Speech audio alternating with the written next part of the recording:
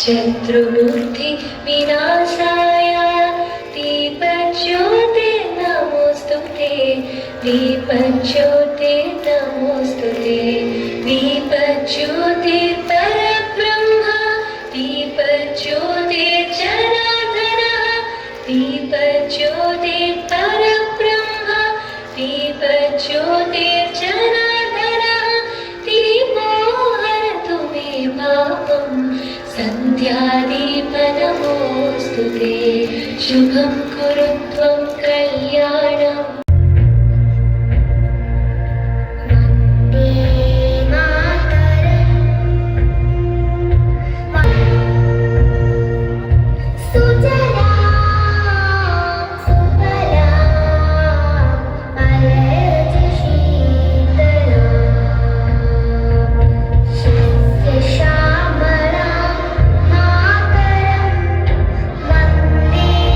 मातरं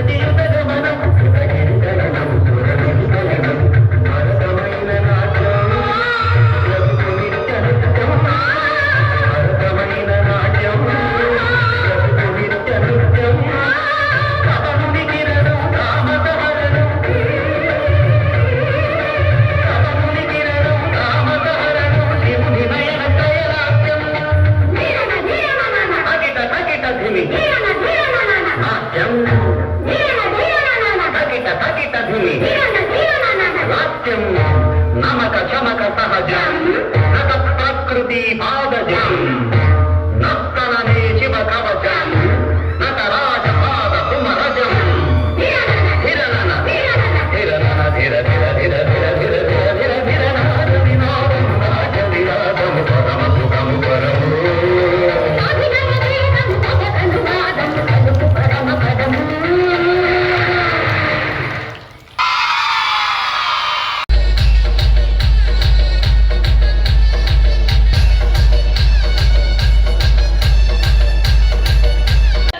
It's a day filled with excitement and anticipation and dreams as we welcome you a new batch to talented students who are about to embark on the journey of knowledge, growth and exploration.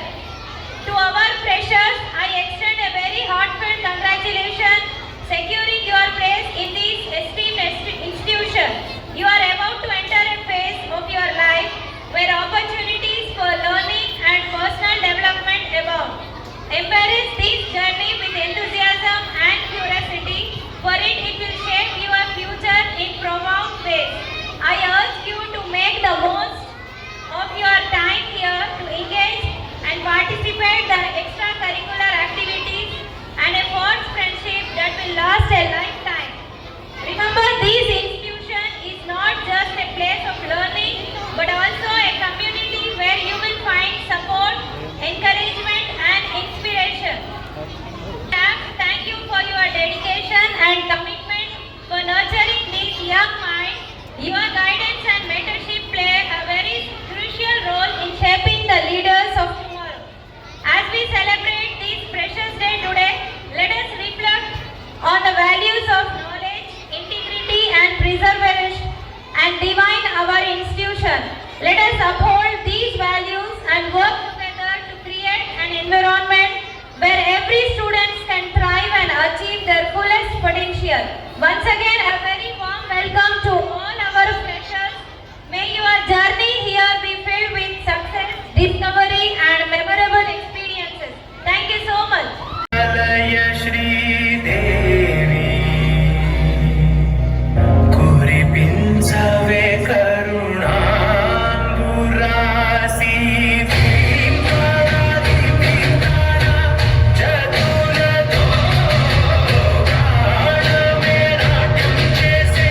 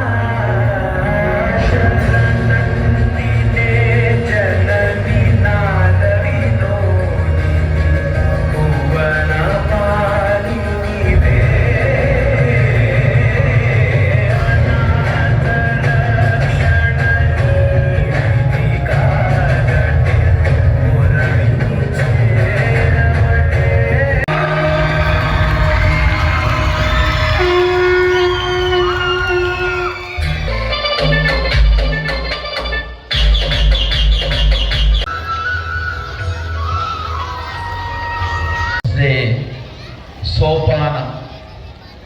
సోపానం అంటే మెట్లు. ప్రతి పిల్లవాడికి తన జీవితంలో కొన్ని కళలు ఉండాలా. ఆ కళలు చాలా ఉన్నతంగా ఉండాలా, చాలా పెద్దగా ఉండాలా, ఒక అద్భుతమైనదిగా ఉండాలా. ప్రతి తల్లికి, ప్రతి తండ్రికి నా మనవి ఏంటంటే, మీ పిల్లలకు మొదట గొప్ప కళలు కనడం నేర్పండి. ఆ కళలు కనడం సాధ్యమైతే సగం పని అయినట్టే. ఆ తర్వాత సాకారం చేసుకోవడానికి ఎక్కువ కష్టం ఉండదు. కళలు కనడమే చాలా పెద్దది, ఉత్తమమైనది. కళలు కన్న తర్వాత అది రోజు ఒక్కసారి ఆ పిల్లలకు మనము గుర్తు చేస్తే చాలు, అవి సాకారం అయిపోతాయి. వాళ్ళకు అటువంటి సోపానాన్ని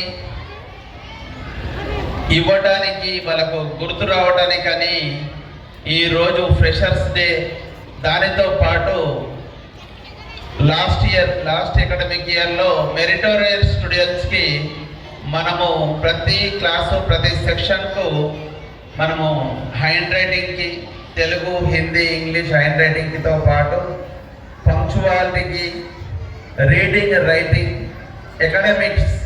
ఎకడమిక్స్ టాపర్స్కి ఇలా గోల్డ్ మెడల్ ఇచ్చి ఆ పిల్లల్ని మోటివేట్ చేస్తూనే ఉన్నాం. మీకు తెలుసు, ఒక కళాకారుడికైనా, ఒక విద్యార్థికైనా ఒక మోటివేషన్ అనేది చాలా అవసరం. అటువంటి మోటివేషన్ కొరకై ఎవరైతే టాపర్స్ మిగతా పిల్లల కంటే పోటీలో ముందున్నారో వాళ్లకు మనం ఈరోజు వాళ్ళతో కొరకు వచ్చిన తల్లిదండ్రులను కూడా ఇక్కడ స్టేజ్ మీదకి పిలిచి గోల్డ్ మెడల్స్తో సత్కరిస్తాం. మా అందరి ఇన్విటేషన్ మన్నించి మీ అందరికీ మరొకసారి ఇక్కడికి వచ్చిన విద్యార్థుల తల్లిదండ్రులకు, వాళ్ళ గ్రాండ్ పేరెంట్స్ అందరికీ మా శ్రీభాష తరఫున హృదయపూర్వక ధన్యవాదాలు, స్వాగతం, సుస్వాగతం. ఈరోజు ఉదయం నుంచి లంచ్ వరకు పిల్లలకు, ఫ్రెష్ పిల్లలకు అంటే కొత్తగా జాయిన్ అయిన పిల్లలకు వాళ్ళకు ఫ్రెషర్స్ డే నిర్వహిస్తాం. ఎందుకంటే మీకు తెలుసు, పిల్లలు కొత్తగా ఎక్కడన్నా స్థానం మార్చినప్పుడు కానీ, ఎక్కడన్నా వేరే ప్లేస్కు పోయినప్పుడు కానీ, వేరే స్కూల్కు పోయినప్పుడు కొద్దిగా వాళ్ళలో ఒక భయము, చంకుతనం అనేది కనబడుతుంటుంది. అయ్యో అక్కడ ఎట్లా ఉంటుందో, తోటి పిల్లలు ఎట్లా ఉంటారో, టీచర్స్ ఎట్లా ఉంటాయో, పరిస్థితులు ఎట్లా ఉంటాయో అనేది. సో అటువంటి పరిస్థితుల నుంచి పిల్లల్ని లేదు, ఇక్కడ కూడా చాలా ఆనందంగా, ఉల్లాసంగా ఉంటారు, స్నేహితులుగా చూస్తారు, కొత్త వాళ్ళను బాగా ఇన్వైట్ చేస్తారు, వాళ్ళతో మమేకం అయిపోతారు, వాళ్ళకు అన్ని విధాల సహకారంగా, ఫ్రెండ్లీగా ఉంటారా అని చెప్పడానికి ఈ ఫ్రెషర్స్ డే చేస్తున్నాం. మార్నింగ్ మా స్టేటస్ను చూసుంటారు, చాలా దాంట్లో మన గ్రూప్లో ఫార్వర్డ్ చేసినాం. పిల్లల ఉత్సాహం, ఉల్లాసము చూస్తే ఇంకా మీకు ఎంత అద్భుతంగా ఉంటుందో. కనీసం ఈరోజు పొద్దున వాళ్ళ ఆనందం చూస్తూ ఉంటే మాకైతే కనీసం ఒక 2-3 రోజుల ఆయుష్ పెరుగుంటుందని నేను నమ్ముతున్నాం. మీరు కూడా చూసుంటే బాగుంటుండే, కానీ మిమ్మల్ని పిలవలేకపోయిన రోజంతా మీకు ఇబ్బంది పెట్టడం ఇష్టం లేక మా పిల్లలతో మేమే ఆడుతూ, పాడుతూ, నాట్యం చేస్తూ, నాట్యం కాదు అది, చిందులు వేయడమే, చిందులు వేస్తూ మా పిల్లల్లో మమేకమై మేము కూడా వాళ్ళ ఏజ్కు తగ్గట్టుగా నాట్యం చేయాల్సి వచ్చింది. దీనికి అందరికీ సహకారం అందించిన మీ అందరికీ, తల్లిదండ్రులకు, వాళ్ళ గ్రాండ్ పేరెంట్స్కి, అలాగే మా ఉపాధ్యాయుల బృందానికి, మా నాన్ టీచింగ్ స్టాఫ్ అందరికీ యాజమాన్యం తరఫున ప్రత్యేక ధన్యవాదాలు, అభినందనలు, కృతజ్ఞతలు. ముఖ్యంగా ఎక్కడైతే ఆనందం ఉంటుందో, సంతోషం ఉంటుందో అక్కడ ఐశ్వర్యం ఉంటుంది. ఐశ్వర్యం అనగానే డబ్బే కాదు, అన్ని రకాల ఒక అద్భుతమైన శక్తి ఉంటుందని మనస్ఫూర్తిగా నమ్ముతున్నాను. మన స్త్రీ భాషిత మొదటి నుంచి యాక్టివిటీ బేస్డ్ స్కూల్. ముందు happy teaching, happy learning, happy living గురించి బాగా చెప్తాం. మన స్కూల్ భవనం కానీ క్లాస్ రూములు కానీ దానివల్ల అక్కడ ఆ వైబ్రేషన్స్ వచ్చినట్టు పిల్లల్లో ఆనందం ఎప్పుడు నింపుతూనే ఉంటాం. అందుకోసమే నేను మన స్కూలు అద్భుతమైన రిజల్ట్స్ వస్తాయి. పిల్లలు కానీ పెద్దలు కానీ ఎప్పుడైతే ఆనందంగా ఉంటారో ఆ ఆనందంతో ప్రతి ఒక్కటి సాధ్యమవుతుంది. ఇది నేను నమ్మేది. అందుకోసమే మీరు కూడా రోజు ఆనందంగా ఉండండి, మీ పిల్లల్ని ఆనందంగా ఉంచండి, మన సమాజాన్ని ఆనందంగా ఉంచండి, మన దేశాన్ని ఆనందంగా ఉంచండి, మనం నివసించే ఈ భూ ప్రపంచాన్ని ఆనందంగా ఉంచాలని మనస్ఫూర్తిగా మిమ్మల్ని ప్రార్థిస్తున్నాను. అలాగే పిల్లలు ఇవాళ చూస్తున్నారు ఎంత ఆనందంగా పొద్దున ఇటువంటి వర్షాభావం ఉండి రాని పరిస్థితుల్లో కూడా మా జడ్జి గారు మా చీఫ్ గెస్ట్ అంటున్నారు పిల్లలు బాగా నచ్చినారు, బాగా ఎంజాయ్ చేస్తున్నారని. పిల్లలకు మీకు తెలుసు రోజువారీ చదవడము రాయడంతోనే అప్పుడప్పుడు ఇటువంటి ఉల్లాసం ఉత్సాహం ఉండాలని మేము ఇటువంటి కార్యక్రమం చేసినాం. ఇది మన పాఠశాల ఈ విద్యా సంవత్సరము 2024-25 విద్యా సంవత్సరానికి మనకు మొదటి పండుగ. ఇటువంటి పండుగలు ఇవి ఎంత అద్భుతంగా పిల్లలని వాళ్ళ మనస్సు, మైండ్, బ్రెయిన్ దాన్ని ఎంత ఉల్లాసం తీసుకొస్తే పిల్లల్లో జ్ఞాపక శక్తి కానీ చదువు మీద శ్రద్ధ, ఒక పటిష్టత పెరిగి పిల్లలకు విద్యాభ్యాసించడానికి చాలా ఉపయోగకరంగా ఉంటుంది. తప్పకుండా ఇంతకుముందు మనము మాతృదేవోభవన చెప్పినట్టు ప్రతి తల్లిదండ్రి ప్రతి వాళ్ళ పిల్లలతో కనీసం రోజుకు 5-10 నిమిషాలన్నా డాన్స్ చేయాలా. వాళ్ళతోనే ఆనందంగా ఉంటే, వాళ్ళతో వాళ్ళ బాల్యంతో మనం మమేకమై ఉంటే మన మీద గౌరవం పెరుగుతుంది, మనం చెప్పేదాని మీద గౌరవం పెరుగుతుంది. కాబట్టి మీరందరూ మీ పిల్లలతో కూడా అప్పుడప్పుడు కాదు రోజు ఒక 5-10 నిమిషాలు చిందులు వేసి వాళ్ళ మనస్సును బుద్ధిని ఒక ఉల్లాసంగా చేస్తే వాళ్ళ ఏకాగ్రత పెరిగి మంచి గొప్ప వాళ్ళు అవుతారని నా నమ్మకం. తప్పకుండా మీరు మేము కలిసి మన పిల్లల్ని ఈ దేశానికి ప్రపంచానికే ప్రజలుగా మారుద్దామని మీకు విన్నవిస్తున్నాను.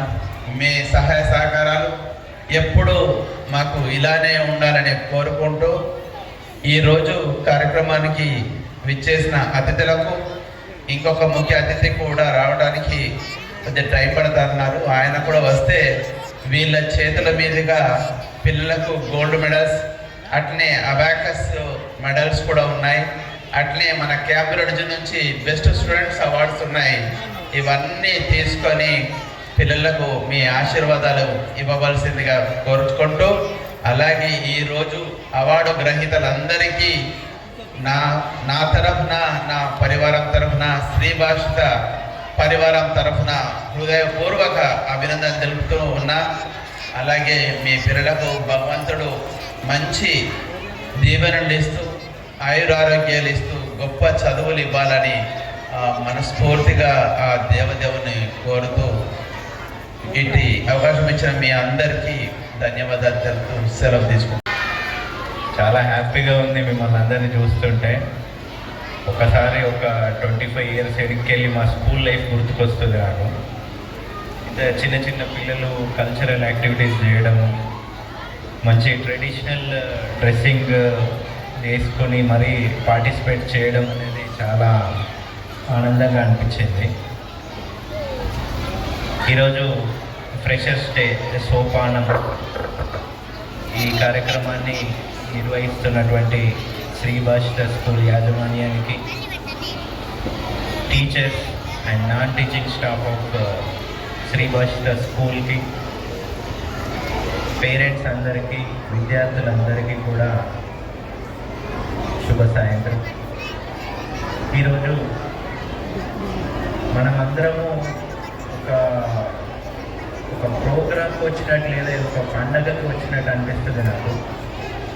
ఇందాక సుందరంగా చూపించినట్టు పొద్దున పూట ఫ్రెషర్స్ అందరూ కూడా ఎటువంటి బిడియము ఎటువంటి భయము లేకుండా మంచిగా అందరూ కలిసి హ్యాపీగా డ్యాన్స్ చేస్తూ మేము కొత్త వాళ్ళం ఇక్కడ అన్న ఒక భయం అనేది లేకుండా అందరూ కలిసిపోయి చాలా హ్యాపీగా ఎంజాయ్ చేస్తూ ఉన్నారు.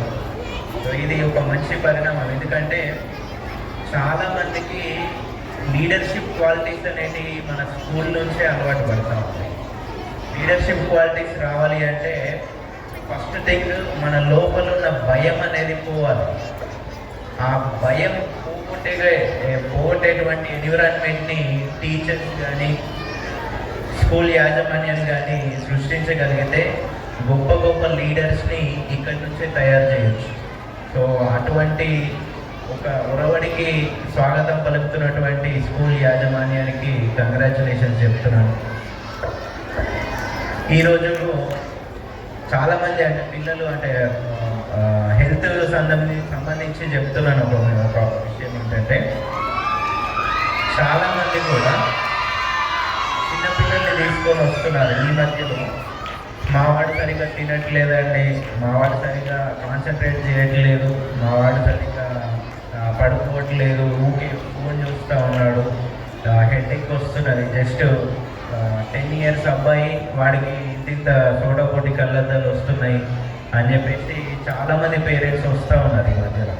అవన్నిటికీ కారణం ఏంటి అంటే మీరే పేరెంట్సే. ఫస్ట్ ఒకటే మీరు ఆలోచించుకోండి, మీరు ఎంతవరకు quality of time me children తోటి స్పెండ్ చేస్తున్నారు అనేది మీరే ఆలోచించండి.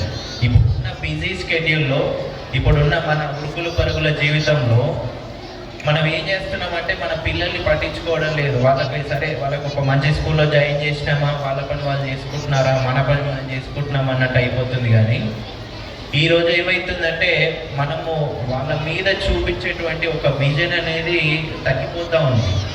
సరే స్కూల్లో వాళ్ళు చూసుకుంటారులే, మన పని మనకు బిజీ ఉన్నది, దాంతో వాళ్ళని పట్టించుకుంటాము. ఇప్పుడు వాళ్ళ హోంవర్క్ ఏం చూస్తాము, వాళ్ళు వచ్చిన తర్వాత ఏం చెప్పారు ఏంటి అనేది ఏంటి అనుకుంటామని చాలామంది పేరెంట్స్ కూడా అందరూ వర్కింగ్ వైఫ్ అండ్ హస్బెండే ఉండడం సరికి చాలామంది పిల్లలకి ఇదే ప్రాబ్లం ఎదురవుతూ ఉంది.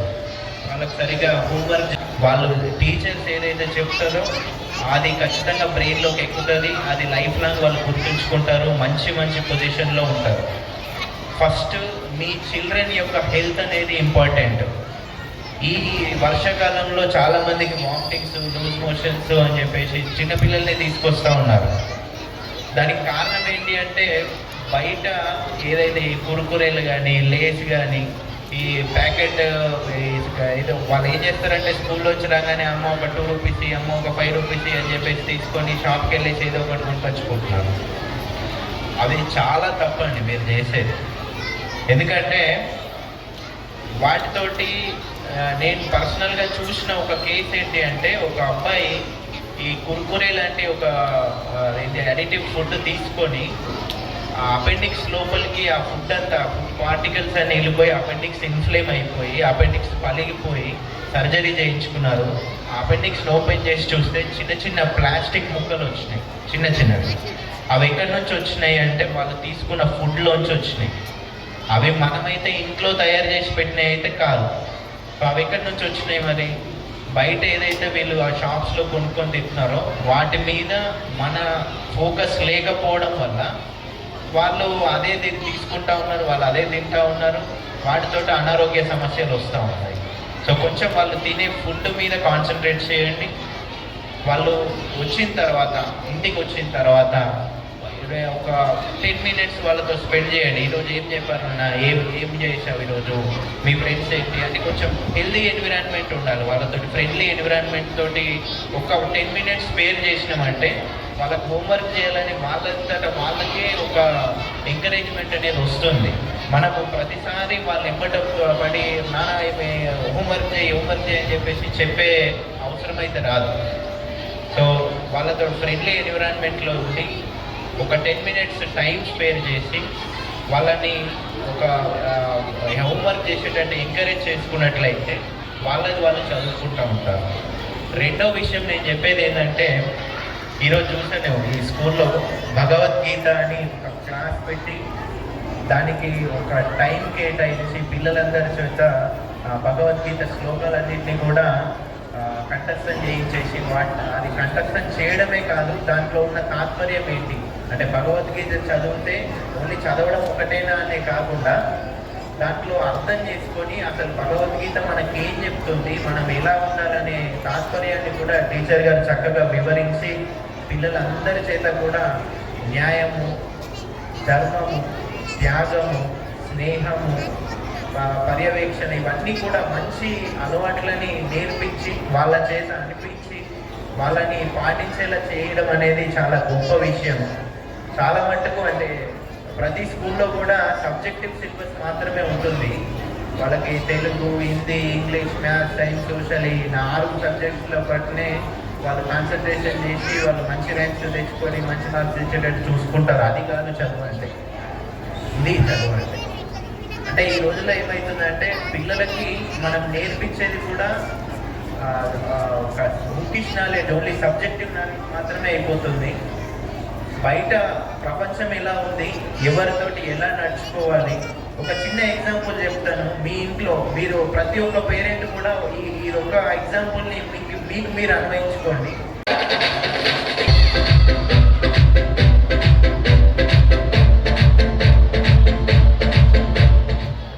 I invite Mr. Raju Garu, Municipal Commissioner of Armor. Please welcome, sir.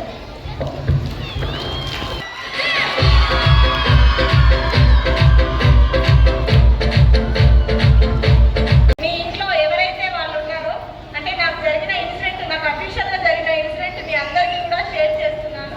ఇక్కడ వచ్చిన పేరెంట్స్ అందరికీ కూడా, తల్లిదండ్రులందరికీ కూడా డిపార్ట్మెంటల్లో అనుకోండి, నేను ఒక మానవతా దృక్పథంతో చెప్తున్నాను అనుకోండి, ఒకటే నా విన్నపం. వచ్చిన వాళ్ళందరూ కూడా ఒకటే, పిల్లలకు సంస్కారాన్ని నేర్పించండి. ముఖ్యంగా మగపిల్లలకి కానీ ఆడపిల్లలకి కానీ మనము సమాజంలో బయటకు వెళ్తున్నామంటే తోటి ఆడపిల్లలతో ఏ విధంగా నడుచుకోవాలి. ఒక ఆడపిల్ల కలిగిన తల్లి బయట ఆడపిల్లని పంపించాలంటే నేటి రోజుల్లో చాలా టెన్షన్గా ఫీల్ అవుతుంది తను బయటకు పంపించాలంటే. 10th క్లాస్కి వచ్చిండు బాబు అంటే తనని ఈజీగా ట్యూషన్స్కి పంపించగలుగుతుంది, ఈజీగా ఇంకా క్లాసెస్కి తను పంపించగలుగుతుంది. కానీ మనం ఆడపిల్లను పంపించలేకపోతున్నాం. దానికి కారణము మన ఇంట్లో కూడా మగపిల్లలు ఉన్నారు, బయట కూడా మగపిల్లలు ఉన్నారు. మన పిల్లలకు మగపిల్లలు ఎవరైతే ఉన్నారో వాళ్ళకి మీరు తోటి పిల్లలను, ఆడపిల్లల్ని, అక్క చెల్లెల్ని ఎలా చూస్తామో అలా చూడమని చెప్పండి. రోజు ఒకటి దినపత్రికలో మనం చదువుతున్నాం, ఆడపిల్లలకి ఈ విధంగా జరుగుతుంది, ఆడపిల్లలకు మనము ఈ విధమైన న్యూస్ రాకుండా ఉండాలంటే పేరెంట్స్ అందరం కూడా ఒకటే. మన ఇంట్లో ఆడపిల్లలు మగపిల్లలు అనే తేడా లేకుండా ప్రతిదీ కూడా జెండర్ డిస్క్రిమినేషన్ తీసేయండి. జెండర్ డిస్క్రిమినేషన్ లేకుండా నేటి సమాజంలో ముందు వందన ఆడపిల్లలు కూడా ఉండాలంటే పేరెంట్సే చాలా ముఖ్యము. అలాంటి పేరెంట్స్తో పాటు ఇక్కడ శ్రీవాస్త స్కూల్లో చక్కటి చదువుతో పాటు సంస్కారాన్ని కూడా ఇక్కడ అందిస్తున్నందుకు కరెస్పాండెంట్ గారికి మరియు స్కూల్ యాజమాన్యానికి అందరికీ కూడా నా యొక్క ధన్యవాదాలు తెలుపుతున్నాను. రిక్వెస్ట్ అండ్ మీకు ఇంకొక సర్ప్రైజ్ కూడా, మీరందరూ కూడా సైలెన్స్గా ఉంటే మీ టీచర్స్ మిమ్మల్ని అబ్జర్వ్ చేస్తున్నారు, మీకు ఒక మార్క్ ఎగ్జామ్లో ఒక మార్క్కి యాడ్ చేస్తారు. చూడండి మరి ఎవరైతే సైలెన్స్ ఉంటారో వాళ్ళకు ఒక మార్క్ వస్తుంది. మీరు ఏం చేయకుండానే ఒక మార్క్ మీకు ఇప్పిస్తాను నేను. Okay okay yeah, very good. So మీరు ఎంత డిసిప్లిన్గా ఉన్నారనేది ఇప్పుడు తెలుస్తుంది. మీకు ఎన్ని మార్క్స్ వస్తున్నాయో దానికి ఒక మార్క్ ఎక్కువ ఇప్పిస్తాను. ఓకే, మీరందరూ కూడా నేను చెప్పేది చాలా జాగ్రత్తగా వినాలి. నేను చెప్పేది ఎందుకంటే ఇక్కడికి వచ్చేసి మేమందరం కూడా చెప్పేది మీ మంచి కోసం. మీరు భారత పౌరులుగా, బాధ్యతాయుతమైన పౌరులుగా సమాజంలో విద్య నేర్చుకుంటున్నారు కాబట్టి విద్యతో పాటు మన క్రమశిక్షణ అనేది చాలా ముఖ్యం. క్రమశిక్షణ ఉన్నప్పుడు మాత్రమే మనం నేర్చుకున్న విద్యకు ఒక అందం వస్తుంది, లేకపోతే అది ఎలాంటి ఒక రూపం లేని ఒక నిర్జీవ చెక్క బొమ్మలుగా అలాగే ఉండిపోతుంది. మనము అందరం కూడా అలా ఉంటామని చెప్పేసి మీరు చాలా బాధ్యతాయుతమైన పిల్లలుగా ఉంటారని చెప్పేసి నేను ఆశిస్తున్నాను. పిల్లలందరూ కూడా ఒకసారి నేను చెప్పేది వినాలి. మనం క్లాస్లో ఒక మంచి జోక్ చెప్పినప్పుడు ఎలా ఉంటాం, ఒక కథ చెప్తున్నప్పుడు మనం ఎంత శ్రద్ధగా వింటుంటాం. ఇప్పుడు మనం మాట్లాడేటప్పుడు కూడా మన దగ్గరకు వచ్చేసి అతిథులు మనం మాట్లాడేటప్పుడు వాళ్ళను మన ప్రవర్తన ఎంకరేజ్ చేసే విధంగా మనం ఉండాలి. ఫస్ట్ మనం నేర్చుకునేది అక్కడి నుంచే స్టార్ట్ అవుతుంది. ఆ విధంగా మనం చేయాలి. సో ఇప్పుడు మన విషయానికి వస్తే సోపానం పేరుతోటి ఈ కార్యక్రమానికి నిర్వహిస్తున్నందుకు చాలా అభినందనీయం. నిజానికి సోపానం అంటే సక్సెస్ టువర్డ్స్, మనము ముందుకు ఎలా వెళ్తున్నాం అనేది చెప్పేదే సోపానము. మనము ఒక క్లాస్ ఎదుగుతున్నాం అంటేనే మనం ఒక ఏజ్ ముందుకు వచ్చాము.